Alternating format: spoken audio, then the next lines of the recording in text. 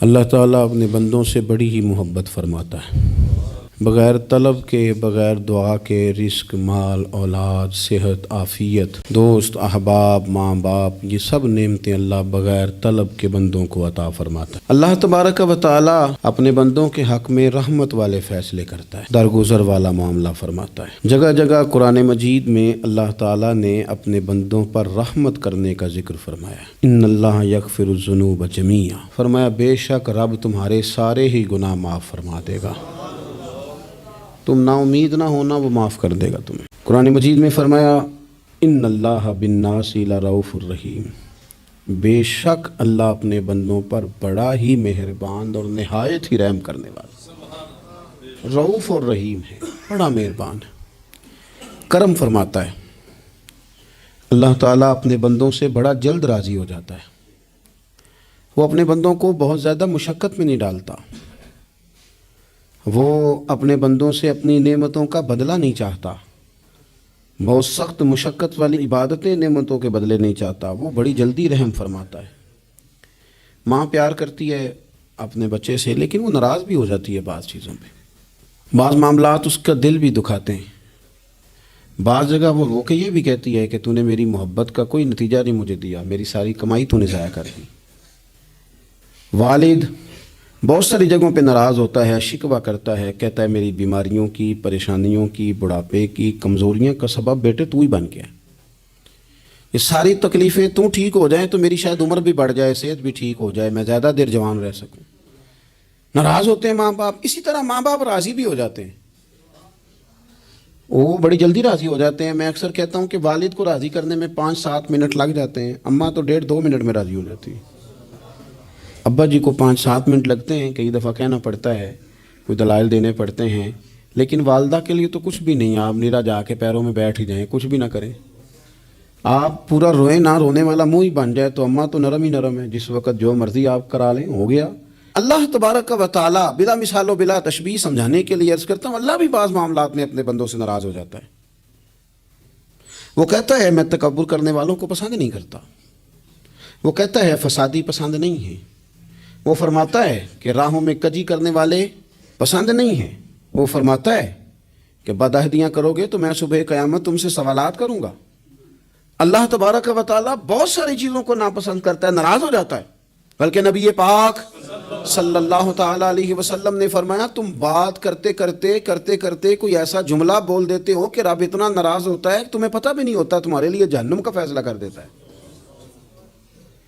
اس لیے پہلے تولو پھر بولو، خود اپنے لفظوں کی تو تم پہرے داری کرو نا کہ میں کیا کہہ رہا ہوں، کوئی ایسا جملہ، کوئی ایسی بات وارث شاہ مان کری نہ وارثاندہ، کوئی ایسی بات نہ تمہاری زبان سے نکلے۔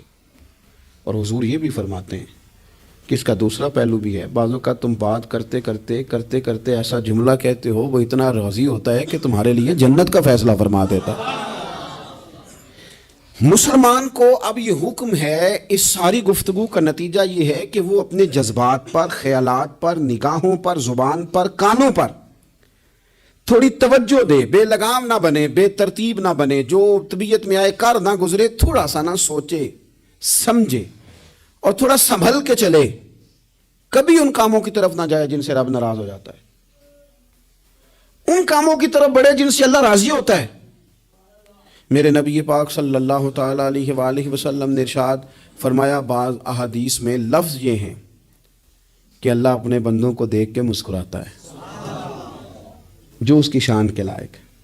جس ترتیب سے ہم مسکراتے ہیں، جس ترتیب سے ہم روتے ہیں، جس ترتیب سے ہم کسی بات کا اظہار تشکر کرتے ہیں، خدا ان باتوں سے پاک ہے۔ اب بہت ساری حدیثوں میں آیا کہ وہ مسکراتا ہے، تو کیا مطلب ہے مسکرانے کا؟ تو علماء تفسیر نے لکھا ہے مسکرانے کا مطلب یہ ہے کہ وہ بڑا ہی راضی ہوتا ہے اپنے بندے سے، بڑا راضی ہوتا ہے، یہ مطلب ہے۔ ایک تو مسکرانے کا مطلب یہ ہے کہ وہ بڑا راضی ہو گیا، وہ مسکرا دیا اپنے بندے پہ، اور ایک اس کا معنی خود نبی پاک صلی اللہ تعالیٰ علیہ وسلم نے بیان فرمایا۔ مسند امام احمد بن حنبل میں حدیث ہے، حضور سید عالم علیہ السلام سے صحابہ نے پوچھا یا رسول اللہ شہید تو بڑے لوگ ہوتے ہیں، شہیدوں میں افضل کون ہے؟ تو اللہ کے حبیب علیہ السلام فرمانے لگے وہ والا بندہ جو ڈٹ گیا تھا کافروں کے مقابلے میں، وہ ہلا نہیں، پوری طرح ڈٹ کے جو لڑا وہ شہداء میں افضل ہے۔ حضور فرماتے ہیں وہ جنت کے بالا خانوں میں سیر کرے گا اور رب اسے دیکھ کے مسکرائے گا.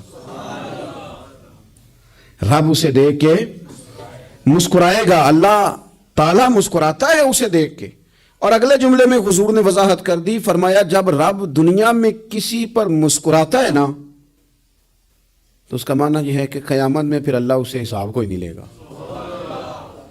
جس پر اللہ دنیا میں مسکرا دیا اس سے کوئی حساب, تو وہ کام ڈھونڈنے چاہیے نا جس سے اللہ مسکرائے. ویسے کبھی ہم ایسا کرتے ہیں کہ نہیں کہ کسی کو راضی کیا جائے؟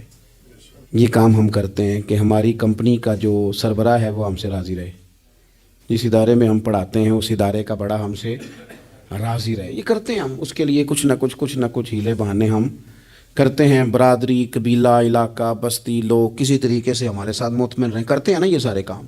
اس میں تھوڑی مشکل بھی ہمیں آتی ہے لیکن کرتے ہیں. کیا کریں, گھر میں بھی کئی دفعہ ایسا ماحول بنانا پڑتا ہے.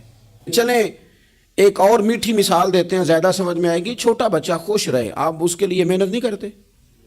وہ چھوٹا ہے, اس کو خوش کرنا فرض ہے ابا پہ, لیکن وہ کہتا ہے کہ میں نے موٹر سائیکل لینا ہے. چھوٹا ہے, چلا ہی نہیں پائے گا, تو ابا پھر اسے راضی کرتا ہے, کہتا ہے بیٹے چھوٹا سائیکل لے لے, چل میں تجھے اڑانے والا جہاز لے دیتا ہوں. مقصود کیا ہے کہ اس کو ناراض نہیں کرنا, یہ روئے نہ, اس کا دل نہ ٹوٹے. ہو یارو سنو نا میں کیا کہہ رہا ہوں. اگر چھوٹے بچے کے لیے وہ چیزیں ڈھونڈتے ہو, میرے ابا جی نا اپنے نواسے کے لیے کھلونا لے کے آئے تو بچہ بڑا ہی کھیلا, تو ابا جی کہنے لگے لو پیسے پورے ہو گئے میرے. بچے کو پسند بڑا ہے نا, پیسے پورے کر چھڑے نے, دیکھو نا جی کتنا اس کو راضی ہوا ہے. تو انسان کیا کرتا ہے کہ کوشش کرتا ہے, چھوٹا بچہ بھی ناراض نہ ہو تو وہ چیزیں وہ ڈھونڈتا ہے کہ اس کو کیا پسند ہے, چاکلیٹ لے جاؤں, فلاں چیز لے جاؤں, آئس کریم لے جاؤں. تو ایک بچے کے لیے, گھر کے لیے, سربراہ کے لیے اتنی محنت کرتے ہو, تو وہ کام بھی ہمیں ڈھونڈ کے تلاش کرنے چاہیے نا جس سے رب راضی ہوتا ہے, اللہ راضی ہوتا ہے. بتاؤں وہ کون کون سے کام ہیں؟ نبی کریم صلی اللہ تعالی علیہ وسلم نے ارشاد فرمایا 3 لوگ ہیں جنہیں دیکھ کے رب مسکراتا ہے. یا رسول اللہ صلی اللہ علیہ وسلم وہ کون کون سے؟ تو محبوب فرمانے لگے ایک وہ بندہ ساری مخلوق سوئی ہے, آدھی رات ہے, رات کا پچھلا پہر ہے, اس نے اٹھ کے وضو کر لیا, مصلی پہ کھڑا ہو گیا خدا کی یاد میں. فرمایا اسے دیکھ کے رب مسکراتا ہے جو اس کی شان کے لائق ہے. مسکراتا ہے اللہ. یہ تو سونے کا ٹائم تھا, یہ تو گہری نیند آنے کا وقت تھا, رات کا پچھلا پہر. رات پوے تے بے درداں نو نیند پیاری آوے, تے درد منداں نو یاد سجن دی ستیاں وی آن جگاوے. اور ساون کی کالی راتوں میں جب بوندا باندی ہوتی ہے, وہ راتوں کو اٹھ روتے ہیں جب خلقت ساری سوتی ہے. اللہ مسکراتا ہے. اور سننا میرے بھائی, میرے نبی پاک صلی اللہ تعالی علیہ وسلم فرماتے ہیں جب مسلمان نماز کے لیے صفیں بناتے ہیں نا, ترتیب لگ رہی ہوتی ہے, اب اللہ کی بارگاہ میں کھڑے ہوں گے, قیام کریں گے, رکوع کریں گے, سجود کریں گے. فرمایا جب مومن صفیں بناتے ہیں تو رب دیکھ کے مسکراتا ہے, مسکراتا ہے. کمال ہو گئے عروج بندگی کا, جب بندے کو دیکھ کے رب مسکرائے. خدا بندے سے خود پوچھے بتا تیری رضا کیا ہے, مسکراتا ہے. اور میرے نبی پاک علیہ السلام فرماتے ہیں جب مجاہد جہاد کے لیے صفیں سیدھی کرتے ہیں, آج تو یہ رب کے نام پہ مرنے ہی آ گئے, یہ صفوں میں کھڑے ہوں گے, ترتیب سے لڑیں گے, ترتیب سے گلا کاٹیں گے کافروں کا یا شہادت لیں گے. فرمایا جب جہاد کے لوگ صفیں بناتے ہیں تو رب انہیں دیکھ کے مسکراتا ہے. کتنے نصیبوں والا وہ بنتا ہے جسے دیکھ کے مسکرا دیا. او یار کبھی تیرا بیٹا تیرے سامنے مسکرائے نا چھوٹا, تو تیرا دل باغ باغ ہو جاتا ہے. تیری ماں بیمار کسی ایک دن صحیح طرح ہنس پڑے تو طبیعت خوش ہو جاتی. مجھے بتاؤ نا جس کا رب بھی اسے دیکھ کے ہنس پڑے, جو اس کی شان کے لائق ہے, کیا اس بندے کے نصیبیں ہیں, کیا اس کے مقدر ہیں. آپ اس مقام پر اپنے آپ کو لائیں. اب دیکھیں نا یہ حدیث آپ نے سن لی, اب ہم نے نا اس طرح صفحے نہیں بنانے جس طرح ساری دنیا, اب ذرا صفحے بھی شوق سے بنائیں گے. آپ ذرا تھوڑا سا شوق پیدا کریں گے, بھئی یہ تو میں وہ کام کرنے لگا ہوں جسے دیکھ کے رب مسکراتا ہے. نبی پاک صلی اللہ علیہ وسلم نے فرمایا جب کوئی بندہ توبہ کرتا ہے نا, ہم توبہ کا رٹا لگاتے ہیں, یا اللہ میری توبہ, یا اللہ. اور توبہ کا تو مطلب یہ ہے کہ پچھلے گناہوں سے پکی توبہ, آج کے بعد یہ غلطی نہ کرنے کا پکا وعدہ. تو نے ساری شب برات رو کے گزاری ہے, بتا سویرے جھوٹ جوڑنے کا ارادہ ہے تیرا, آج کے بعد رشوت تو نہیں نہ لے گا, ملاوٹ تو نہیں نہ کرے گا, یہ توبہ ہے. اور اگر سارے کام اسی طرح کرنے تو پھر یہ توبہ کا رٹا ہے, تو جتنا مرضی لگاؤ, حضرت علی بن ربیعہ رضی اللہ تعالیٰ عنہ فرماتے ہیں میں مولا علی کے ساتھ تھا، مقام حرہ کی طرف جا رہے تھے، حضرت علی نے ہاتھ اٹھا کے دعا مانگی ہماری تعلیم کے لیے، ورنہ حضرت علی ہم صحابہ کو محفوظ عن الخطا تو مانتے ہیں نا، ہاتھ اٹھا کے کہا اے اللہ ہمارے گناہ بخش دے، تیرے علاوہ کوئی معاف کرنے والا نہیں۔ اور پھر حضرت علی آسمان کی طرف دیکھا اور دیکھ کے نا حضرت علی بن ربیعہ کو تو مسکرائے۔ حضرت علی بن ربیعہ کہنے لگے حضور مسکرائے کیوں ہو؟ فرمانے لگے ایک دن میں حضور کے ساتھ اسی طرح آیا تھا، اسی طرح حضور نے دعا فرمائی تھی ہماری تعلیم کے لیے، اور پھر حضور مجھے دیکھ کے مسکرائے تھے اور فرمایا جب کوئی بندہ رب کی بارگاہ میں اس طرح استغفار کرتا ہے تو رب مسکراتا ہے اور مسکرا کے فرماتا دیکھ لو میرے بندوں کو پتا ہے کہ میرے علاوہ معاف کرنے والا کوئی نہیں، انہیں پتا ہے، تم اس کی بارگاہ میں رجوع تو لاؤ، آؤ تو صحیح دو آنسو لے کر۔ اقبال کہتے ہیں کہ موتی سمجھ کے شان کریمی نے چن لیا، قطرے دو گرے میرے ار کے انفعال کے، دو میں نے آنسو بہائے تھے تو اس کے کرم نے تو موتی سمجھ کے چن لیے۔ سنو نا حضور اس استغفار کو اللہ کو یار رات کو توبہ کر کے سونا چاہیے ہمیں، کچھ غلطیاں ہم کرنا نہیں چاہتے پر ہم سے ہو جاتی ہیں، کچھ دل ہم توڑنا نہیں چاہتے پر وہ ٹوٹ جاتے ہیں، ہماری مجبوری ہوتی ہے ٹوٹ جاتے ہیں، رات کو اس کی بارگاہ میں ہاتھ باندھ کے کشکول طلب دراز کر کے خوب استغفار پڑھنا چاہیے کہ مالک بندے ہیں نا کیا کریں، نفس کا ساتھ ہے، دنیا کا ساتھ ہے، خواہشات نفسانیہ، مالک معاف کر دے، درد سے توبہ، رسم نہ ہو، کہانی نہ ہو، لفظ نہ ہو، جملے نہ ہو، اور جناب ایسے لوگوں کے بیچ بڑے ہاتھ باندھ کے اور بڑا کوئی ضرورت نہیں، آپ اکیلے اپنی چارپائی پہ بستر کے اندر منہ دے کے بھی درد سے کہیں گے نا معاف کر دے تو وہ تو مہربانی بڑا ہے۔ میرے نبی پاک صلی اللہ علیہ وسلم مثال دیتے ہیں، فرمایا ایک آدمی صحرا میں جا رہا، صحابہ سے حضور خطاب کر رہے ہیں، فرمایا ایک آدمی صحرا میں جا رہا تھا، اس نے اپنی اونٹنی پہ کھانا پانی پیسے ہر چیز رکھی ہوئی تھی، صحرا تھا بہت بڑا، درمیان صحرا کے گیا تو تھوڑا سا سستانے کے لیے آرام کرنے کے لیے اونٹنی سے نیچے اترا، اب اس نے اونٹنی کی لگام اونٹنی کی نکیل اپنے سرہانے کے نیچے رکھی، ہاتھ کے ساتھ پکڑی اور سو گیا۔ تھوڑی ہی دیر کے بعد جب اس کی آنکھ کھلی تو دیکھا اونٹنی غائب ہے، صحرا میں وہ پیدل نہ آگے جا سکتا ہے نہ پیچھے جا سکتا ہے، نہ دائیں نہ بائیں، کھانے کو روٹی نہیں، پینے کو پانی کا قطرہ نہیں، تھوڑا ادھر بھاگا ادھر بھاگا، تھک گیا۔ کریم محبوب فرماتے ہیں وہ پوری طرح نڈھال ہو گیا اور مایوس ہو گیا، معاذ اللہ، مایوس ہو کے دوبارہ اسی جگہ آ کے لیٹ گیا جہاں پہلے لیٹا تھا، انتظار کرنے لگا کہ اب موت ہی آئے گی، آخری وقت ہے، اب نہ میں پیدل یہ صحرا کراس کر سکتا ہوں، نہ پیچھے جا سکتا ہوں، نہ کھانا ہے نہ پانی ہے، سوائے موت کے کوئی سہارا نہیں۔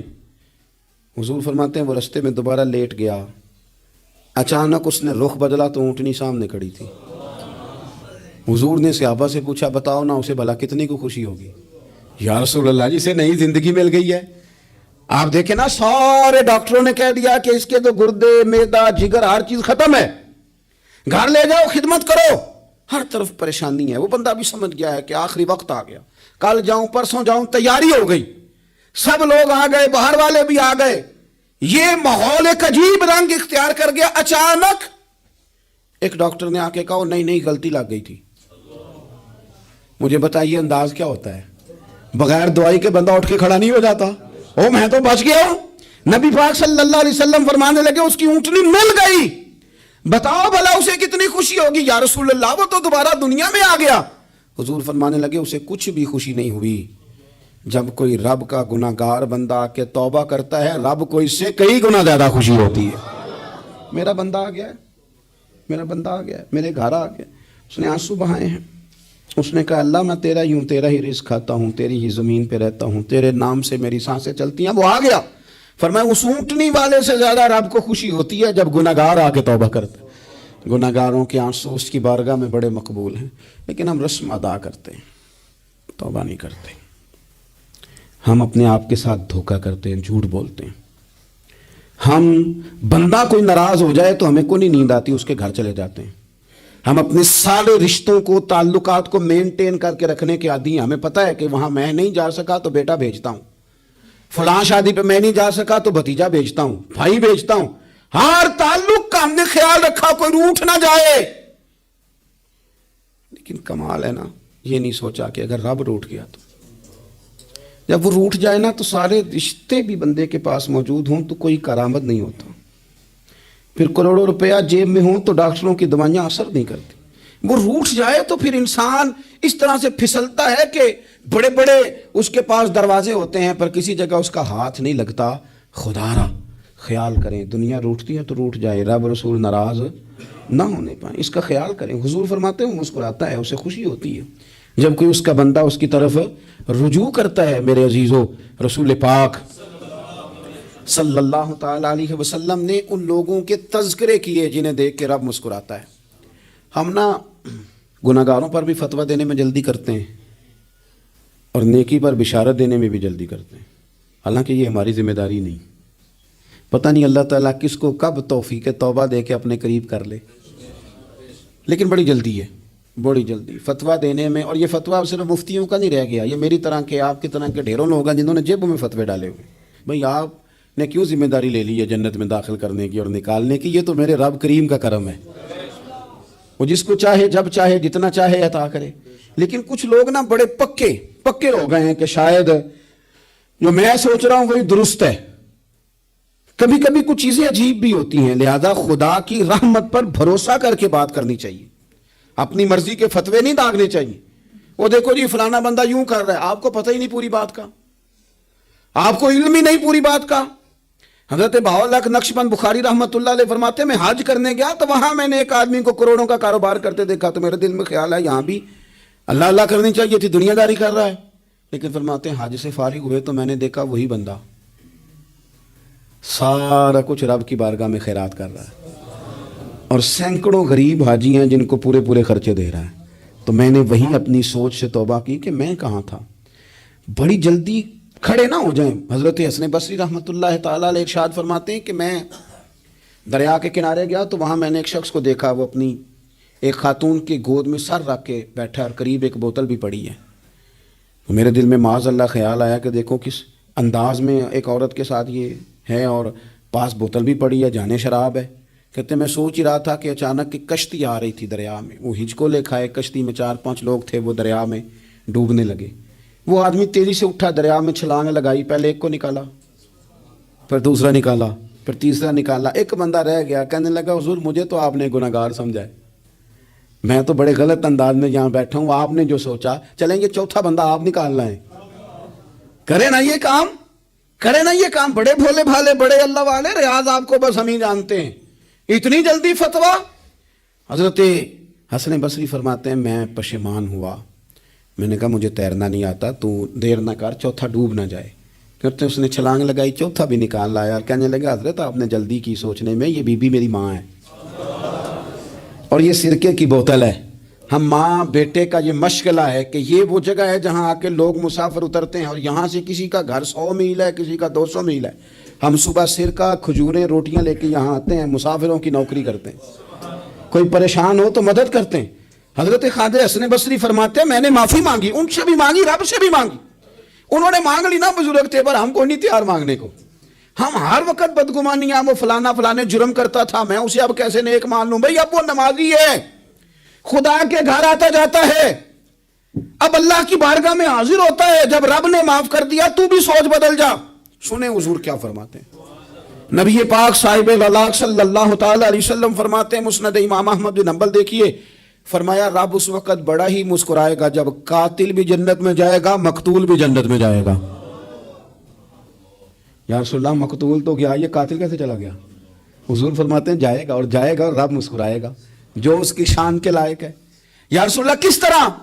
تو نبی پاک صلی اللہ علیہ وسلم فرمانے لگے اس نے ایک مومن کو قتل کیا تھا, وہ شہید ہو کے جنت میں چلا گیا. اب اللہ نے بعد میں اسے توبہ کی توفیق دے دی. پہلے اس نے کلمہ پڑھا, پھر یہ میدان میں اترا, کافروں سے لڑا, یہ شہید ہوا, رب نے اسے بھی جنت دے دی.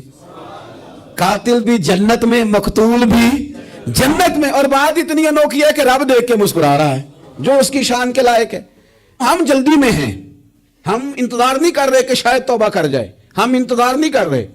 لیکن میرے عزیز اتنی جلدی نہ کریں. سوچوں کا صاف ہونا, ذہنوں کا پاک ہونا, اور لوگوں کے بارے میں گمان کا اچھا ہونا. آپ کسی نفسیات کے ڈاکٹر کے پاس چلے جائیں, اسے کہیں ٹینشن بڑی ہے. میں ان کے مضامین پڑھتا رہتا ہوں, وہ سب سے پہلا سبق آپ کو یہ پڑھائیں گے کہ اچھا سوچا کریں. اچھا سوچنے سے بندہ تندرست رہتا ہے. کس سے بندہ تندرست رہتا ہے؟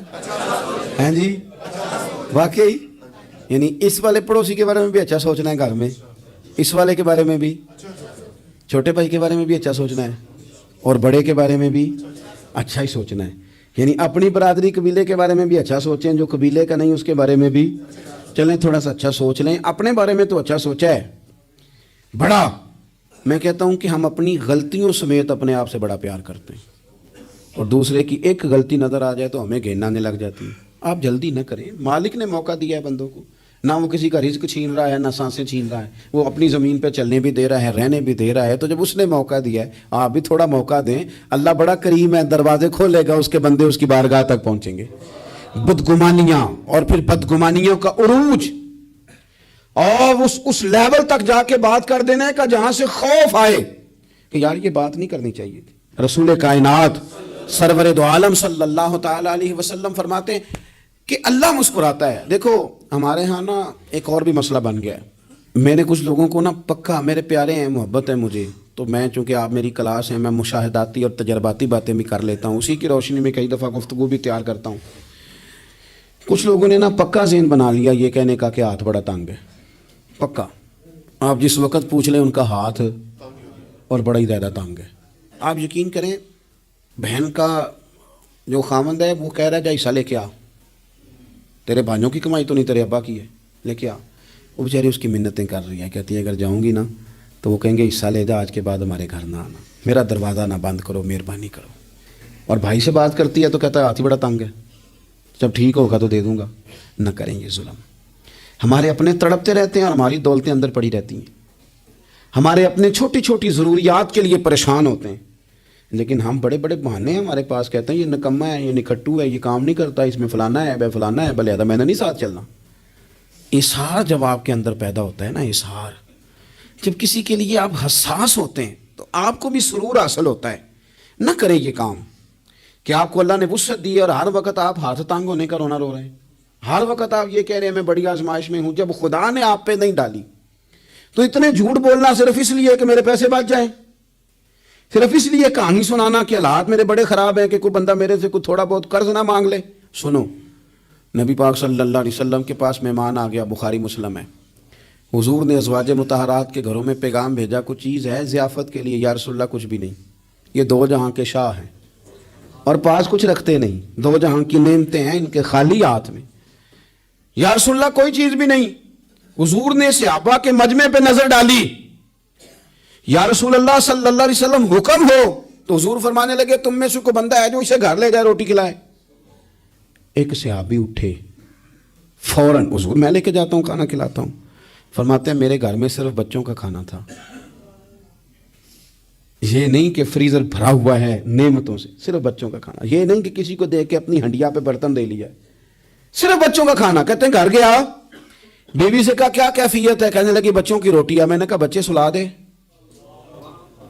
صبح ناشتہ کر لیں گے. تو کہنے لگی آپ کیا کھائیں گے؟ تو میں نے کہا نہ میں کھاؤں گا نہ تو کھائے گی، مہمان جو نبی پاک کا ہے. کہا اچھا، اب ذرا تجویز دیکھو میاں بیوی کی سوجھی آپس میں. کہتے ہیں کھانا لگا دینا کیونکہ ایک آدھ بندے کا کھانا ہے. اپنی غربتوں کا ہر جگہ اظہار کرنا، رونا رونا. یہ دیکھو غربت کیسے چھپائی جا رہی. اس کو کہا نہیں کہ چل تو تھوڑا رحم کھا، تو آیا ہے تو تھوڑا رحم کھا، یہ نہیں کہا. کہا اٹھ کے نا تو کھانا رکھنا اور اٹھ کے نا چراغ ٹھیک کرنے کے بہانے بجھا دینا.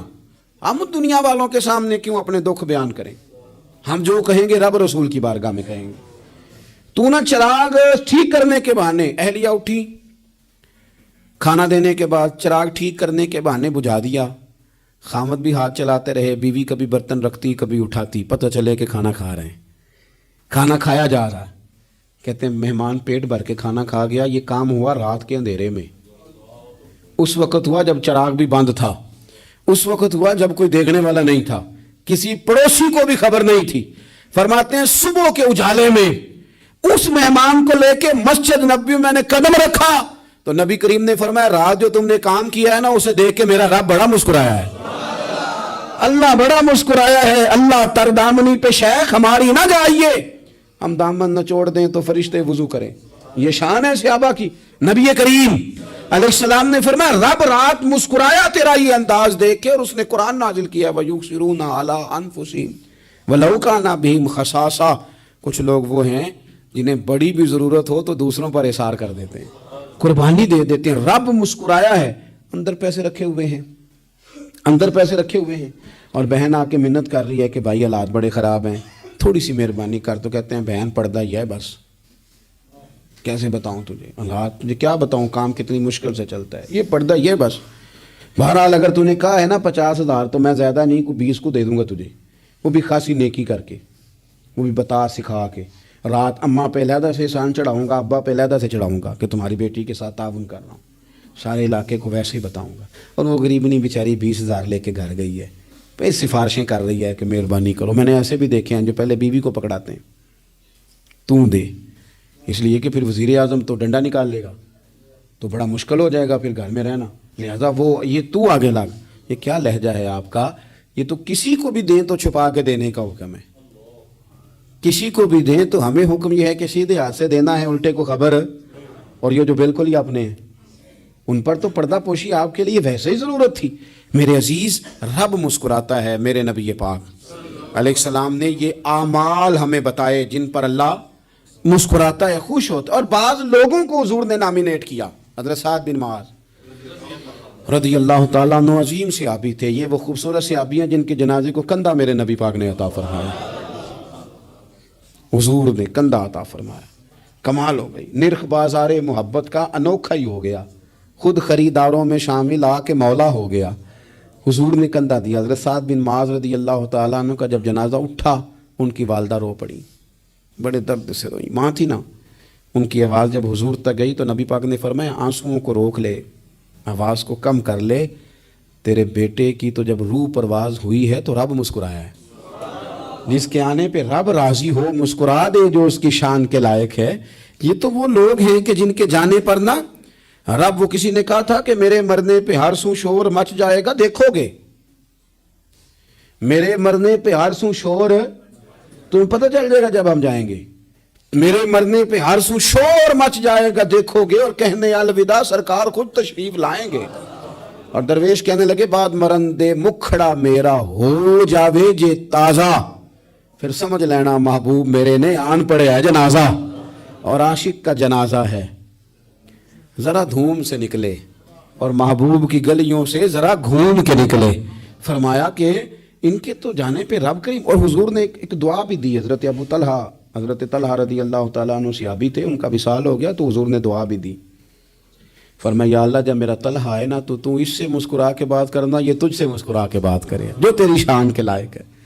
تو اللہ تعالیٰ غائب درجے راضی ہوتا ہے۔ ایک دفعہ پھر بات دہراتا ہوں، جو میدان میں ڈٹ کے شہید ہو رب اسے دیکھ کے مسکراتا ہے، جو اس کی شان کے لائق، جو توبہ صحیح کریں سچی کریں رب انہیں دیکھ کے مسکراتا ہے، جو اس کی شان کے لائق ہے۔ جو نماز کے لیے صفیں بنائے رب انہیں دیکھ کے مسکراتا ہے، جو جہاد کے لیے صفیں بنائے رب دیکھ کے مسکراتا ہے، جو لوگ صبح پچھلے پہر اٹھ کے عبادت کریں رب انہیں دیکھ کے مسکراتا ہے، اور جو کبھی کبھی بھوکے رہ کے دوسروں پر قربان کر کے اثار کر دیں رب انہیں دیکھ کے مسکراتا ہے۔